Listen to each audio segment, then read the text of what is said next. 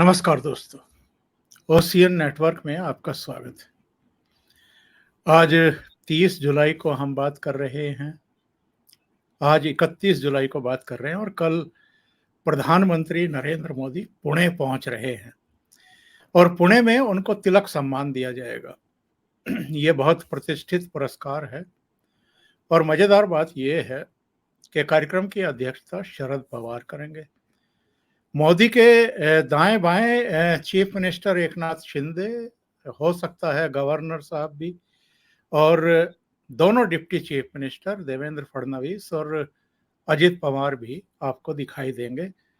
और जाहिर है जब प्रधानमंत्री का सम्मान हो रहा है तो शरद पवार भले ही उनके अपोजिट INDIA संगठन के गठबंधन के सदस्य हों, पर प्रधानमंत्री की सम्मान समारोह में तो तारीफ ही करेंगे। और ये जो तारीफ करेंगे, इसके बारे में ऐसा तो है नहीं कि जो इनका नया गठबंधन बना है बेंगलुरु में, इसके नेताओं को पता ना हो, एहसास ना हो कि क्या होने जा रहा है। इसलिए अरविंद केजरीवाल से लेकर के कांग्रेस की लीडरशिप और जो दूसरे इनके घटक दल हैं, उनकी चिंताएं बढ़ रही हैं। इनकी परेशानी इसलिए भी बढ़ रही है कि अविश्वास प्रस्ताव का भी नोटिस ये दे चुके हैं और संभवतः 7 या 8 अगस्त को उस पर सदन में चर्चा होगी। वहां भी प्रधानमंत्री धुलाई करेंगे और जहां वो जाते हैं तो थोड़ी बहुत सेवा तो इनकी करते ही हैं, किसी ना किसी रूप में। तो हम ये जानने की कोशिश करेंगे कि जिन शरद पवार को, उनकी पार्टी को नरेंद्र मोदी ने मध्य प्रदेश की एक सभा में सबसे भ्रष्ट पार्टी बताया, 70,000 के घोटाले का आरोप लगाया और उसके बाद उनके भतीजे को तोड़ लिया और कई विधायकों को तोड़ लिया, एकनाथ शिंदे सरकार में शामिल करा दिया। उन्हीं प्रधानमंत्री के सम्मान समारोह में शरद पवार पहुंच रहे हैं, तो बहुत सारे लोगों को ये अजूबा लग रहा है कि ये कैसे हो रहा है। और इनके जो सहयोगी हैं शरद पवार के महाराष्ट्र में, वो सामना में लंबे लंबे लेख छाप रहे हैं, उनको सलाहें दे रहे हैं, उनको याद दिला रहे हैं कि मोदी ने कैसी कैसी बातें आपके बारे में कह रखी हैं, आप संभल जाओ, आप क्या कर रहे हो, बड़ा गलत मैसेज जाएगा आपके जाने से। तो हम ये शरद पवार की जो राजनीति है, जो इनकी उलटबाजियां हैं, इसको भी समझने की कोशिश करेंगे और एक्चुअल में इस समय महाराष्ट्र में जमीन पर क्या चल रहा है, ये जानने की भी कोशिश करेंगे। और मेरे साथ महाराष्ट्र से बहुत ही सुलझे हुए वरिष्ठ पत्रकार सुशील कुलकर्णी जुड़ रहे हैं। उनको जोड़ करके चर्चा को आगे बढ़ाते हैं। सुशील जी, नमस्कार, बहुत स्वागत है आपका। चल क्या रहा है महाराष्ट्र में, और ये शरद पवार का, आप इसको दांव कहेंगे या उनके राजनीति करने का यही तौर तरीका है, या ये कहें कि ये जो नया नया INDIA बना है, इनका खेल बिगाड़ दिया है शरद पवार ने एक तरीके से? मैं अगर एक बात शरद पवार के बारे में कहूं तो शरद पवार जी की राजनीति ही इस तरह की रह चुकी है। मतलब बचपन में हम खेल खेला करते हैं कंचे या गिल्ली डंडे वाला, और कोई ऐसा लड़का आ जाता है कि उसे खेलना होता है, तो बच्चों को वो एक तो मुझे खेल में ले लो बोलता है, नहीं तो तुम्हारा खेल बिगाड़ दूंगा बोलता है। शरद पवार ठीक उसी तरह की राजनीति करते हैं। हर किसी खेल में वो खुद को देखना चाहते हैं, खुद को सम्मिलित करना चाहते हैं, या तो वो खेल बिगाड़ देते हैं। जब शरद पवार जी को पता चलता है कि खेल अपने हाथ में आने वाला नहीं है, तो उस खेल को वो हमेशा बिगाड़ते हुए नजर आते हैं। ठीक इसी तरह की बात आज शरद पवार कर रहे हैं। हम जिस INDIA की बात कर रहे हैं, वो INDIA का खेल भले ही शरद पवार की अगुवाई में चल रहा हो, लेकिन इस खेल में शरद पवार के हाथों में कुछ आता नहीं दिखाई दे रहा है। मतलब महाराष्ट्र में भी अगर कोई बड़ी पार्टी कांग्रेस के बाद नजर आती है कांग्रेस को, तो वो है उद्धव ठाकरे वाली शिवसेना। आपने देखा होगा कि हाल ही में जो रिसर्च सामने आया है, जो सर्वे हुआ था, उसके रिजल्ट सामने आए हैं। उस रिजल्ट में भी यही दिखाया गया है कि शरद पवार वाली पार्टी दूसरे स्थान पर नहीं है। दूसरे स्थान पर आती दिखाई गई है उद्धव बाला साहब ठाकरे की शिवसेना। अब शरद पवार को ये नजर जब आ रहा है कि हम महाराष्ट्र में भी दूसरे स्थान पर नहीं हैं, तो इस खेल को बिगाड़ने का काम भी वही करेंगे। और स्वाभाविक तौर पर शरद पवार राज्यसभा में खुद उपस्थित रहकर दिल्ली वाले विधेयक को समर्थन करने या विरोध करने की वजह, या अपने आईएनडीआई के लोगों को समर्थन करने की वजह, वो मुंबई के साथ मुंबई में, पुणे में माफ कीजिएगा, मोदी के साथ स्टेज साझा करने को ही अच्छा समझते हैं। मतलब साफ है, शरद पवार अब जो चालें चल रहे हैं वो आईएनडीआई का साथ छोड़ने वाली है। और आपने जो पहले बताया कि यही शरद पवार की फितरत है क्या, इसे क्या कहा जाए, मैं मानता हूं ये शरद पवार की राजनीतिक मजबूरी है जो ये शरद पवार से करवा के ले रही। सुशील जी, ये भी समझाइए जरा हमारे दर्शकों को, अभी जो एक इंटरव्यू लिया है संजय राउत ने अपने ही नेता का, उसमें उद्धव ठाकरे ने ये कहा है कि मैं तो टिट फॉर टैट की राजनीति करने वाला हूं। कोई मुझे रे कहेगा तो मैं अरे क्या कह करके उसको संबोधित करूंगा, और मेरा यही तरीका है। शरद पवार का अपना अलग तरीका होगा। और ये बात उन्होंने क्यों कही? उन्होंने इसलिए कही कि जिस दिन से एकनाथ शिंदे और उनके नेतृत्व में 39 दूसरे शिवसेना एमएलए ने बगावत की और 10 निर्दलीय भी उनको छोड़ करके चले गए, जिनकी वजह से उनको मुख्यमंत्री का पद छोड़ना पड़ा, पार्टी भी गंवानी पड़ी, सिंबल भी गंवाना पड़ा। उसी दिन से बाप बेटा दोनों, आदित्य ठाकरे भी और उद्धव ठाकरे भी, इन सबको गद्दार कह करके बुला रहे हैं। पर शरद पवार ने आज तक भी किसी को गद्दार नहीं कहा है, बल्कि उनके साथ जो विधायक रह गए हैं उनको ये शिकायत है कि शरद पवार उतना कड़ा रुख क्यों नहीं अपना रहे हैं जितना बागियों के खिलाफ अपनाना चाहिए। तो जरा ये समझाइए कि शरद पवार किस तरह की राजनीति करते हैं, और जो ये संजय राउत आजकल जो उनसे कभी सीखते थे, जिनको वो चाणक्य बताते थे, देश का सबसे बड़ा और कद्दावर लीडर बताते थे, आजकल उन्हीं को क्यों सलाह देने पर उतारू हैं? पहले तो इंटरव्यू उद्धव ठाकरे का दूसरा कोई ले ही नहीं सकता, बस संजय राउत ही लेते। और पत्रकार के हिसाब से शरद पवार और उद्धव ठाकरे छोड़कर संजय राउत किसी का इंटरव्यू भी नहीं लेते। मतलब वो सिर्फ दोनों को इंटरव्यू लेने के लिए ही शायद उनकी पोस्टिंग की गई है। दूसरी बात, उद्धव ठाकरे ने दो बार शरद पवार को ये बीच किया है। एक तो मैं ऐसे ही करता हूं, पवार करे ना करे, ये कह दिया था। दूसरी बात उन्होंने पवार के लिए कह दी थी जब संजय राउत ने ये पूछा था कि जैसे अजीत पवार शरद पवार से मिलने चले गए थे कई बार, वैसे ही अगर आपके लोग आ जाए तो क्या करेंगे आप? तो उद्धव ठाकरे ने साफ कह दिया था कि मेरे लोगों की जो मुझसे दूर चले गए हैं उनकी हिम्मत ही नहीं है मेरे पास आने की। शरद पवार के लोगों की है शरद पवार के पास जाने की, मेरे लोगों की हिम्मत नहीं है, क्योंकि उनको पता है कि मैं क्या हूं। तो शरद पवार के मुकाबले उद्धव ठाकरे कठोर नेता है, ये उद्धव ठाकरे ने बता दिया था। एक पहली बात।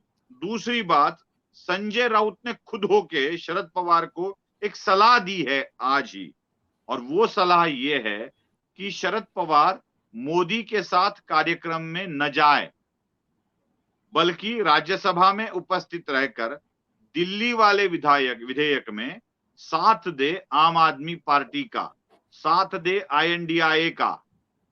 तो इसका साथ की मांग कर रहे हैं संजय राउत और सलाह भी दे रहे हैं। इस सलाह को शरद पवार ने नजरअंदाज कर दिया है। आगे वाली बात और एक खास है, नजरअंदाज कर दिया है और फाइनल कर लिया है कि वो मोदी के साथ कार्यक्रम में हिस्सा लेंगे। दूसरी बात मैं आपको बताना चाहता हूं, ये कार्यक्रम शरद पवार का नहीं है। टिळक स्मारक समिति जो पुणे में है, लोकमान्य टिळक के वंशज इसको चलाते हैं, उन्हीं के द्वारा ये पुरस्कार दिया गया है। जब विवाद, क्योंकि ये जो टिळक है ये है कांग्रेस के नेता, इनके ऊपर आक्षेप ये हुआ कि आप मोदी को कैसे पुरस्कार दे सकते हो, तो उन्होंने कह दिया कि शरद पवार ने ही मुझे सजेस्ट किया था कि मोदी जी को ये पुरस्कार दिया जाए। तो टिळक समिति द्वारा दिया जाने वाला ये पुरस्कार जो शरद पवार ने सुझाया है, उसके लिए पवार उपस्थित रहने वाले हैं। मतलब साफ है कि शरद पवार अभी मोदी के साथ ही जाना चाहते हैं। अब ये क्यों है, ये भी बहुत महत्वपूर्ण बात है। जैसे मैंने पहले बताया कि महाराष्ट्र की राजनीति में अब भारतीय जनता पार्टी के यश को रोकते हुए दिखाई नहीं दे रहा है। भले ही कितनी ही बार सर्वे करके फिगर्स दिखाए जाए, मतलब ये जो सर्वे हो रहे हैं उनकी फिगर्स को भी सही माना जाए, तो भी जरा ओंकार जी आप जान लीजिए कि भारतीय जनता पार्टी को 36% तक वोट दिखाए जा रहे हैं। 36% भारतीय जनता पार्टी, 7% शिवसेना और 5% अजीत पवार। तो कितने हुए? 36, 7 और 5, ये 12 और ये 36, 48% तक जा रही है भारतीय जनता पार्टी। 33 भी पकड़ लिया तो 45% तक जा रही है भारतीय जनता पार्टी और अलायंस। तो 45% वोट किसी एक पार्टी को राज्य में सत्ता प्राप्ति के लिए बहुत होते हैं, ये सब जानते हैं। लेकिन खेल को इस तरह से तोड़ मरोड़ कर दिखाया जा रहा है कि जमानो भारतीय जनता पार्टी की करारी हार होने वाली है। लेकिन शरद पवार जैसा मंझा हुआ खिलाड़ी इस बात को अच्छी तरह से समझ लेता है। इसीलिए शरद पवार अपने ही लोगों पर कोई कार्रवाई नहीं कर रहे हैं, कोई कार्रवाई नहीं कर रहे हैं, ना उनको गद्दार कह रहे हैं। 16 अगस्त देखिए, 16 अगस्त तारीख का इंतजार कर लीजिए, जिस समय शरद पवार ने कहा है कि भारतीय जनता पार्टी के खिलाफ की जंग मैं 16 अगस्त से शुरू करने जा रहा हूं। ये जो तारीख महत्वपूर्ण है और उस दिन ये अधिक मास खत्म होकर महाराष्ट्र का श्रावण मास शुरू होने जा रहा है। तो उसी वक्त शरद पवार कुछ ऐसा डिसीजन ले सकते हैं जो भारत की राजनीति में पवार का और एक पलटना दुनिया के सामने आ जाएगा। ये इसलिए सुझाव दिए जा रहे हैं कि सब लोग जान रहे हैं कि शरद पवार अब कुछ अलग चाल खेल सकते हैं, और शरद पवार भी ये जान रहे हैं कि महाराष्ट्र की राजनीति शरद पवार के बिना भी विपक्ष की चल सकती है। इसीलिए हो रहा है। आप ध्यान से देखिए महाराष्ट्र की राजनीति को। उद्धव ठाकरे बार बार शरद पवार के खिलाफ बात कर रहे हैं। उद्धव ठाकरे और एक बात कर रहे हैं कि वंचित बहुजन आघाड़ी को हम साथ लेंगे। प्रकाश आंबेडकर जो बड़े नेता है अनुसूचित जाति जनजातियों में जिनकी बड़ी अच्छी चलती है, और उन्हीं के कारण एक बहुत बड़ा मत वर्ग कांग्रेस और राष्ट्रवादी कांग्रेस से छूट गया था। उद्धव ठाकरे प्रकाश आंबेडकर को साथ लेने की बात कर रहे हैं, जो प्रकाश आंबेडकर की शरद पवार से बिल्कुल नहीं जमती है। उद्धव ठाकरे संभाजी ब्रिगेड को साथ लेने की बात कर रहे हैं। संभाजी ब्रिगेड, प्रकाश आंबेडकर और साथ ही साथ कांग्रेस पार्टी, ये अगर मिल जाए तो एक बड़ी ताकत महाराष्ट्र में खड़ी हो जाती है।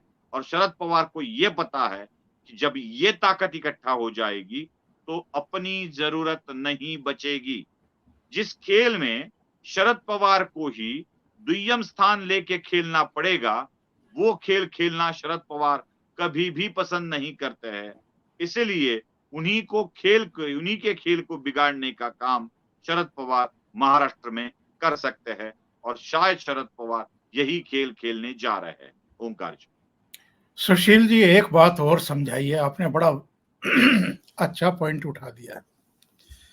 ये एनसीपी और बीजेपी, यहां तक के बाला साहब की पार्टी भी, ये एक दूसरे के खिलाफ चुनाव लड़ती रही हैं और जमीन पर भी जो इनके कार्यकर्ता हैं वो एक दूसरे के खिलाफ खड़े हुए हैं।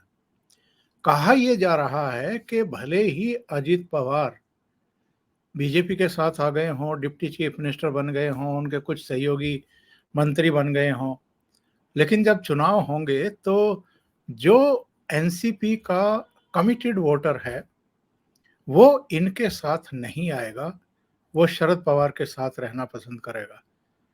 कितना सच है ये? बड़ा विनोद है ये, सबसे बड़ी विडंबना है ये जो कुछ बात कर रहे हैं। देखिए, एनसीपी को मैं पॉलिटिकल पार्टी नहीं मानता हूं, उसे मैं अमेरिकन संघ राज्य मानता हूं।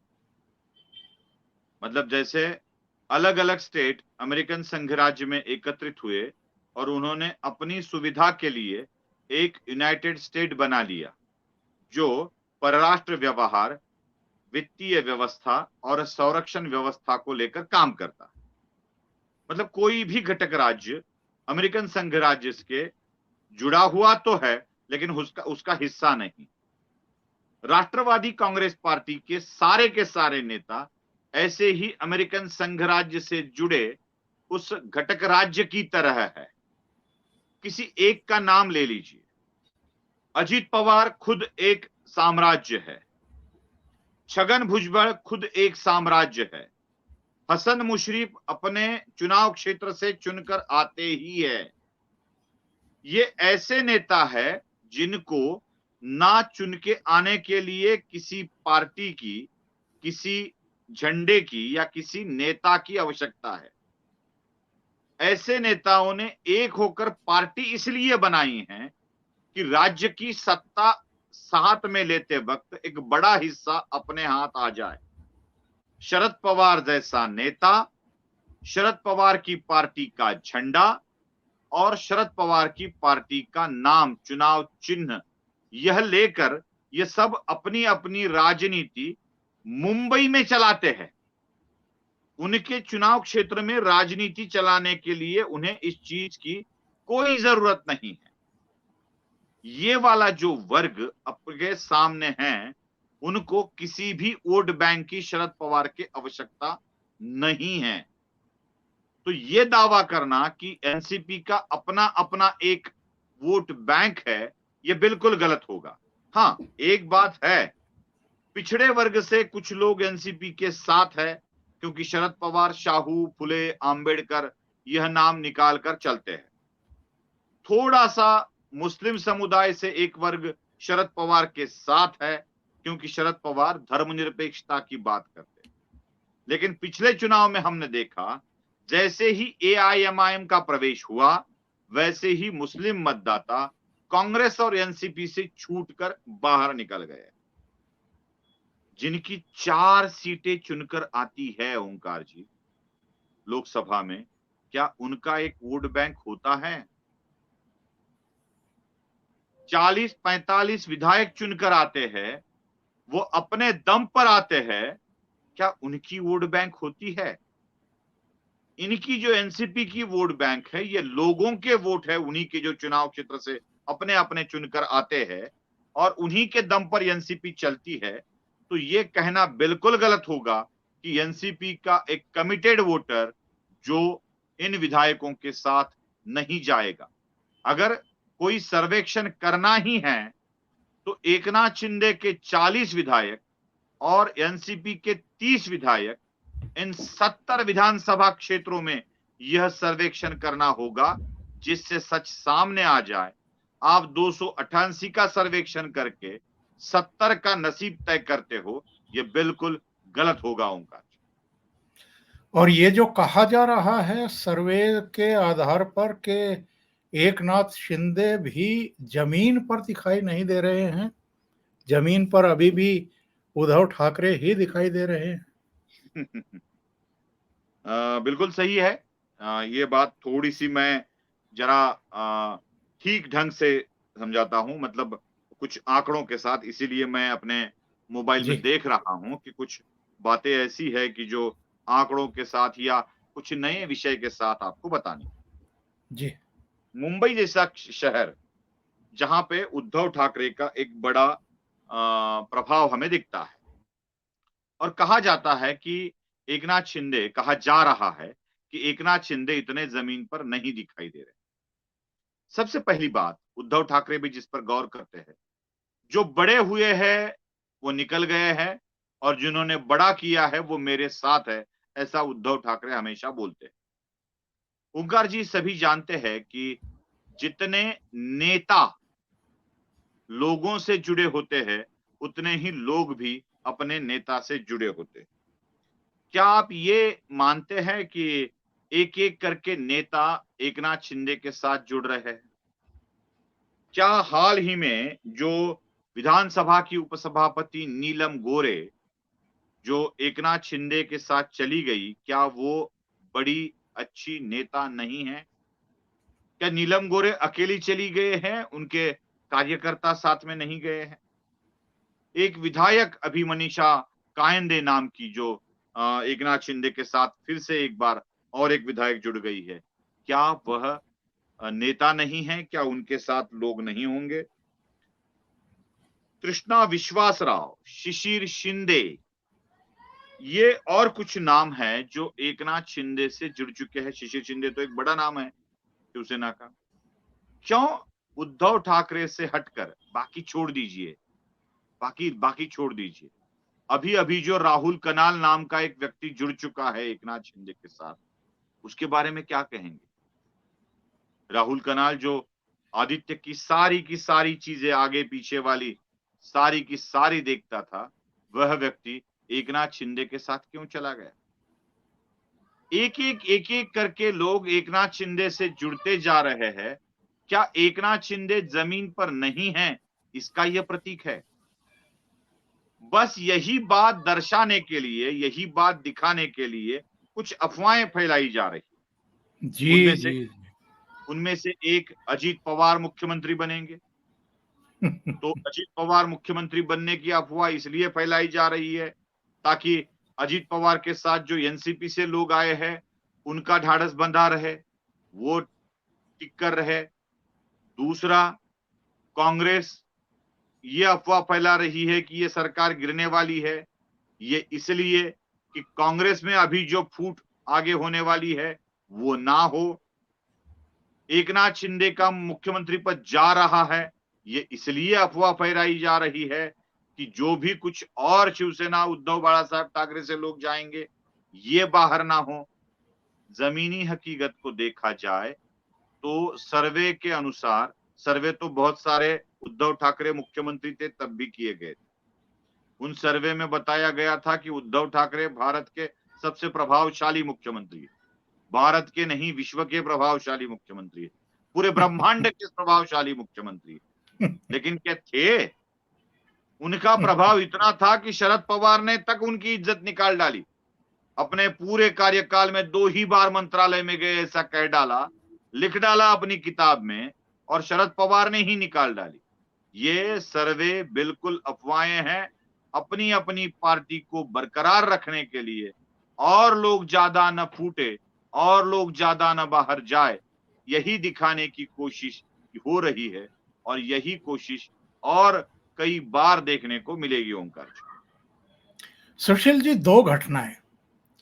एक तो शरद पवार की पार्टी टूट गई और उनके भतीजे ही चले गए, जाकर के शपथ ग्रहण कर ली। दूसरी घटना, जब ये पटना की बैठक से लौटे, तो इन्होंने अपनी पार्टी के भीतर कह दिया कि 2024 में तो नरेंद्र मोदी ही आ रहे हैं, तीसरी बार प्रधानमंत्री बनने जा रहे हैं। क्या ये 2 घटनाएँ ऐसी रही कि बेंगलुरु में जो ये इकट्ठा हुए थे सारे लोग, वहाँ पर पवार को उतना सम्मान और उतना भाव नहीं दिया गया जितना वो शायद कल्पना करके वहाँ पहुँचे थे? क्यों देंगे? क्यों देंगे? जिनकी 4 सीटें हैं उसमें से कुछ निकल गए लोकसभा में, उनको भाव क्यों देंगे? जिनकी पार्टी जो सँभाल ना सके, अच्छा हुआ आपने ही कह दिया पवार की पार्टी टूटी। मैं तो ये भी सुनते आ रहा हूं पवार भक्तों से, जैसे मोदी भक्त कहा जाता है लोगों को, वैसे पवार के भी भक्त है। ये भी सुनता आ रहा हूं कि पवार ने ही पार्टी तोड़ी है। ये स्वीकार कर लेना चाहिए जो पवार ने स्वीकार कर लिया है। पवार के भक्तों को भी ये स्वीकार कर लेना चाहिए कि उनकी पार्टी टूटी है। और ये भी पवार को पता चला है कि अब उतना सम्मान आईएनडीआई में नहीं मिलने वाला है जितने की वो अपेक्षा कर रहे थे। अरे खुद क्या भतीजा ही उनकी पूरी की पूरी निकालने पे तुला हुआ है। अजीत पवार का भाषण आपने सुना होगा, तो उसमें उन्होंने खुला खुला कह दिया था कि क्या हुआ, पश्चिम बंगाल में ममता बनर्जी कर सकती है, आंध्र प्रदेश में जगनमोहन कर सकता है, ओडिशा में नवीन पटनायक कर सकते हैं, तेलंगाना में चंद्रशेखर राव कर सकते हैं, वो शरद पवार क्यों नहीं कर पाए? यह सवाल जो पहले हम पूछा करते थे, वही सवाल अजीत पवार जब पूछ रहे हैं, जब उनके घर से ही उनकी बेइज्जती हो रही है, तो ये वाले क्यों इनको भाव देंगे? और यही असल बात है। पवार को भी इस चीज का पता लग चुका है कि अब अपनी वहां पर नहीं रही है। तो ये अच्छाई इसी में है कि जितना तोड़ा है रिलेशन को, जितना उन्होंने नुकसान किया है, उसको भरपाई कर ले। 19 hours. तो सीधा सीधा उनके साथ जाना पड़ेगा। यही बात शरद पवार की समझ में आ गई है और वही बात करके शरद पवार अभी मोदी के साथ कार्यक्रम में हिस्सा लेने के लिए रुक गए हैं। कम से कम एक कड़ी तो बरकरार रहे कुछ जोड़ने के लिए।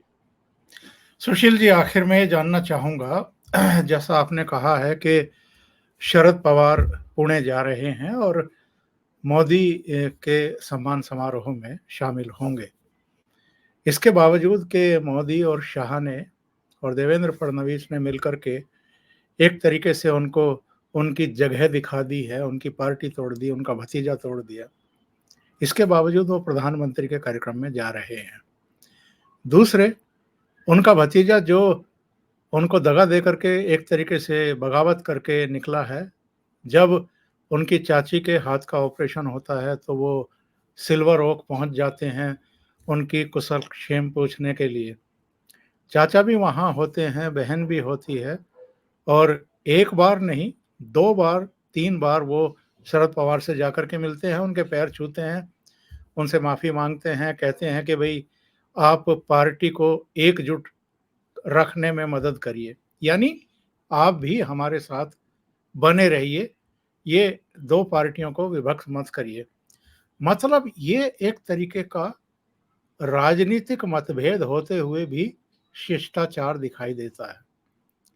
चाहे जितने भी राजनीतिक मतभेद हैं, चाहे एक दूसरे से दगा ही कर रहे हैं, नुकसान ही पहुंचा रहे हैं, पर कम से कम शिष्टाचार दिखा रहे हैं। ये शिष्टाचार उद्धव ठाकरे को और राहुल गांधी जैसों को सीखने की जरूरत है शरद पवार के परिवार से। उद्धव ठाकरे को तो बहुत सारी चीजें सीखने की अभी जरूरत है। न जाने आप भाऊ तौर से कर जैसे वरिष्ठ पत्रकार भी शिष्टाचार सिखाने की कोशिश कितने वर्षों से करते आए हैं, उद्धव ठाकरे नहीं सीख पाए हैं। और एक बात और जोड़ दूं मैं, 2 जुलाई हाँ। को जब अजीत पवार और उनके साथियों ने शपथ ग्रहण की और उसके बाद शरद पवार ने प्रेस कॉन्फ्रेंस की, तो लोगों ने चुभने वाले सवाल पूछे और ये पूछा कि अब आप क्या करेंगे? तो शरद पवार हंस रहे थे। वो कह रहे थे कि अभी तो मुझे भी पता नहीं कि मेरे साथ कितने एमएलए बचे हुए हैं। तो मतलब ये विपरीत से विपरीत परिस्थितियों में सामान्य दिखने की जो क्वालिटी है, क्या ये भी सीखने की जरूरत है इनको? जी, जिन लोगों को हमने खुद बड़ा किया है, खुद संभाला है, या जिन लोगों ने हमें बड़ा किया है, ये बात एक सोचिए। मुझे शरद पवार की एक बात तो बड़ी अच्छी लगती है कि शरद पवार जो बड़े हुए हैं, लोगों के कारण बड़े हुए हैं, यह वह स्वीकार करते हैं। उद्धव ठाकरे एक ऐसे व्यक्ति है जो हमेशा बोलते हैं कि मैंने उन्हें बड़ा किया है, मैंने उन्हें ये पद दिया है, मैंने उन्हें वो दिया है, मैंने उन्हें ये किया है। आप कौन होते हो किसी को बड़ा करने वाले? लोगों के कारण हम हैं, यह जब तक उद्धव ठाकरे नहीं समझेंगे तब तक ये सामान्य शिष्टाचार भी उद्धव ठाकरे नहीं कर पाएंगे। और शायद वह आदर्श राहुल गांधी का ही ले रहे हैं, इसीलिए वह शिष्टाचार समझ नहीं पा रहे हैं। और एक बात, ये शिष्टाचार में भी एक राजनीति है ओंकार जी। बिल्कुल सही है। ये राजनीति इस तरह की है कि भले ही हम राजनीतिक तौर पे शरद पवार से अलग राय रखते हो, लेकिन एक ज्येष्ठ नेता की हैसियत से उनको सम्मान देते हैं, यह दिखाना और शरद पवार के पल्ले सहानुभूति न जाए इसके लिए प्रयत्न करना, यही चीज अजीत पवार ने बहुत अच्छी तरह से की है, बहुत अच्छी तरह से। यही बात शिंदे भी करना चाहते थे, यही बात वो बार बार प्रपोजल दे रहे थे कि आप इनका साथ छोड़ो, हम आपके साथ आने के लिए तैयार हैं। लेकिन एक अहंकार के कारण उद्धव ठाकरे जिस तरह से अपने ही लोगों को दूर रख रहे थे, दरवाजे बंद कर रहे थे, आज अजीत पवार ने भी दरवाजा खुला रखा है और शरद पवार ने भी दरवाजा खुला रखा है। देवेंद्र फडणवीस का गुस्सा मोदी पर नहीं उतारा है शरद पवार ने, अमित शाह पर नहीं उतारा है शरद पवार ने, वो उनके कार्यक्रम में शिरकत करने जा रहे हैं। उद्धव ठाकरे यही गलती करते रहे, जिनके साथ टकराना उद्धव ठाकरे या शिवसेना की शक्ति नहीं है, उनसे टकराने के लिए वो जा रहे थे। स्वाभाविक है, पहाड़ से जाके टकराओगे तो सर अपना ही फूटने वाला है, पहाड़ टस से मस नहीं होता है। और ये जान लेना भी जरूरी है उद्धव ठाकरे के लिए कि आज की घड़ी में शाह, मोदी या भारतीय जनता पार्टी एक चट्टान की तरह राजनीति में मजबूत खड़े हुए हैं। बेहतर है इस चट्टान से टकराने की का वजह एक तो चट्टान को बाईपास करके निकल जाओ या उसके साथ रहो। ये उद्धव ठाकरे ये नहीं कर पाए, इसीलिए उद्धव ठाकरे आज अपना सब कुछ खो रहे हैं ओंकार जी। और शरद पवार कुछ पाने की चक्कर में अलग अलग चीजें करते रह रहे हैं। सुशील जी, बहुत बहुत धन्यवाद ओशियन नेटवर्क के लिए इतना समय निकालने के लिए, और जो महाराष्ट्र में चल रहा है उसे हमारे दर्शकों को समझाने के लिए। Thank you so much. नमस्कार।